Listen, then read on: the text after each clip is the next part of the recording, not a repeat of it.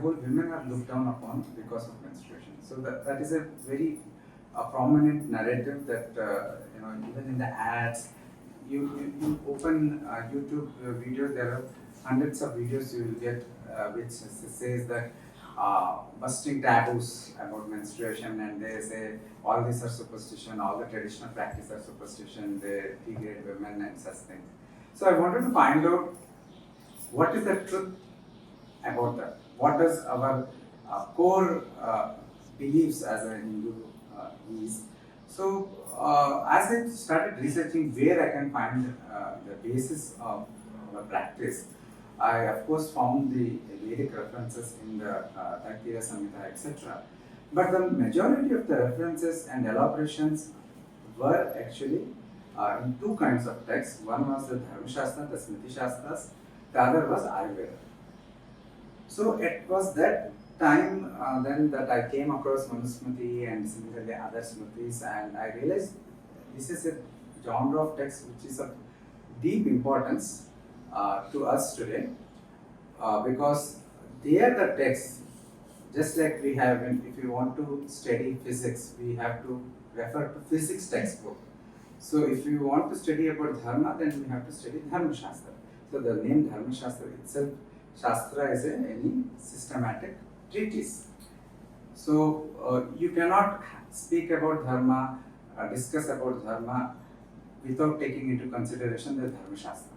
So it will no longer be a Dharma discussion if you simply put the Dharmashastra into a dustbin. So this realization made me to research more on Dharma, the primary sources including Manusmriti.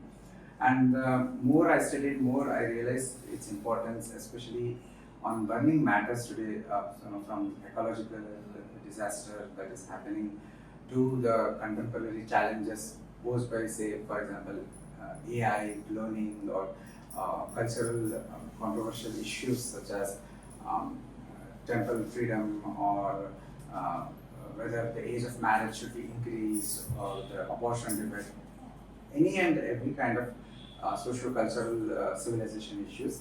The Dharmashastras have very meaningful things to bring to the table.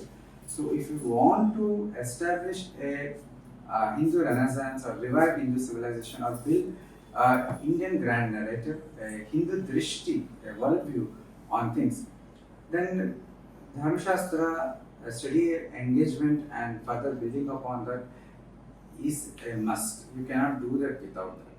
So, Dharmashastra, as I say, it is one of the 14 Vidyasthanas enumerated in Mahabharata, and it is inseparable part of Indian knowledge system, inseparable part of our Jnana Parampara, Shastra Parampara, and we cannot have Hindu drishti, our own Bharatiya drishti, worldview on things without that.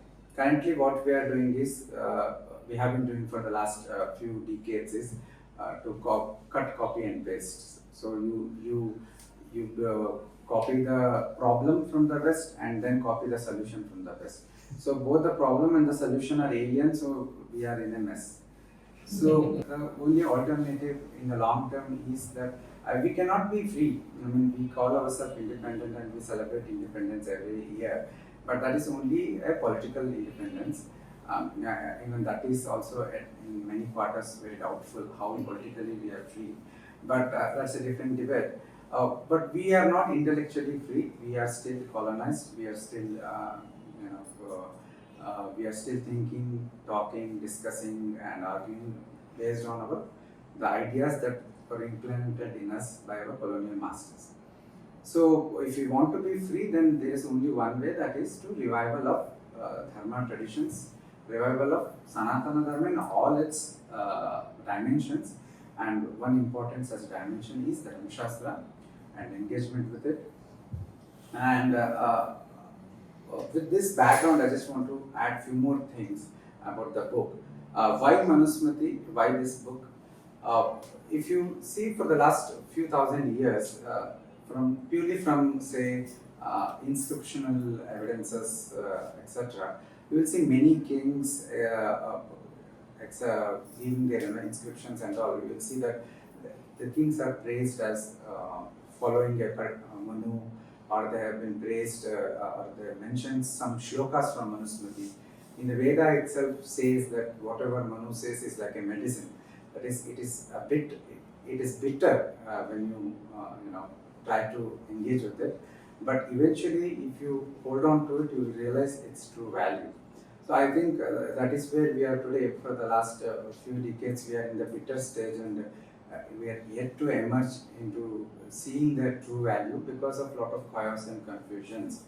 So Manusmriti has been, whether we like it or not, implicitly in the background, a kind of a civilizational document throughout history for whole Sanatana Dharma.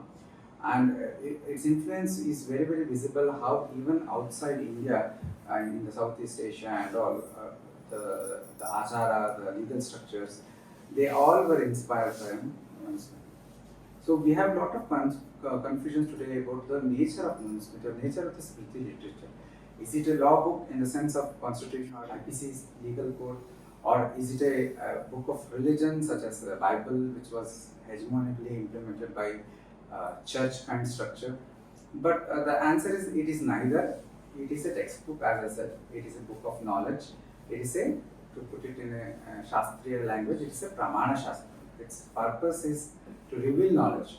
How we use that knowledge, how we engage with it, whether we earn it, whether we abuse it, whether we only create controversy, or whether we want to take good thing out of it or something relevant out of it for us today to deal with our challenges.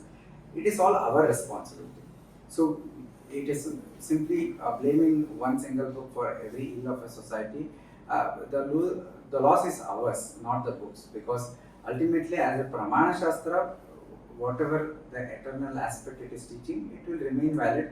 Even if you replace Manusmriti with the Shukra-niti in your in your university textbooks, the knowledge will remain same, because ultimately even Shukra-niti will go back to Manusmriti. All Dharmashastra tradition goes back to Manusmriti, goes back to Swayambhava Manu. As Sir was saying, all our civilization goes back to Surya Bhagwan. So it is like that. The Purusha in the Surya is Satya Brahma, says our Upanishads. The Purusha there is Parabrahma himself. And all knowledge goes back to the Parabrahma, and Manu is the son of, mind-born son of Brahma.